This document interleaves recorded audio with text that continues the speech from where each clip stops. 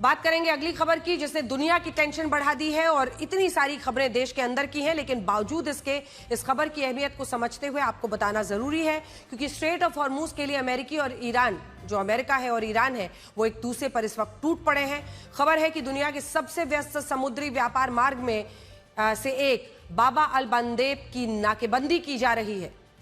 Yemen के Houthi आतंकियों ने सऊदी अरब की नाकेबंदी का ऐलान किया है और इस ऐलान का मतलब है कि वो बाब अल मंदेब को बंद करेंगे। ये काम वैसे ही होगा जैसे ईरान ने स्ट्रेट ऑफ हॉर्मूज के साथ किया था।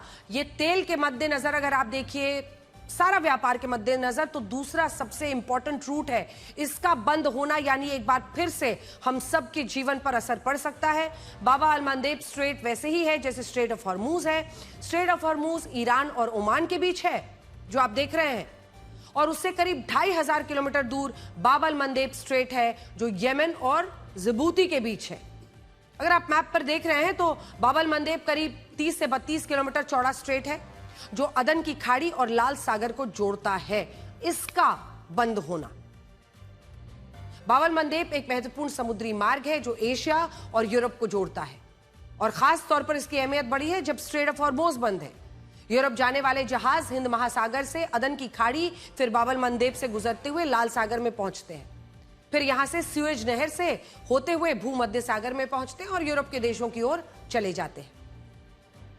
येमेन के हूती आतंकियों ने सऊदी अरब की नाकेबंदी करने के लिए बाब अल मंदेब को बंद करने का ऐलान किया है। हूती आतंकियों ने यह ऐलान ईरान पर अमेरिकी हमलों और येमेन के बंदरगाहों और हवाई अड्डों पर पिछले दिनों हुए हमलों की वजह से किया है।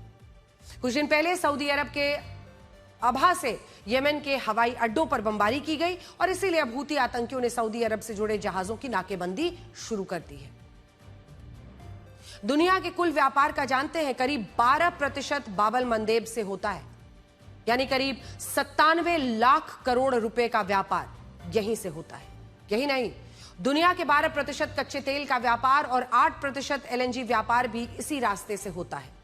ईरान युद्ध के बाद से समुद्री मार्ग से हर दिन करीब 71 लाख बैरल कच्चे तेल की सप्लाई हो रही है।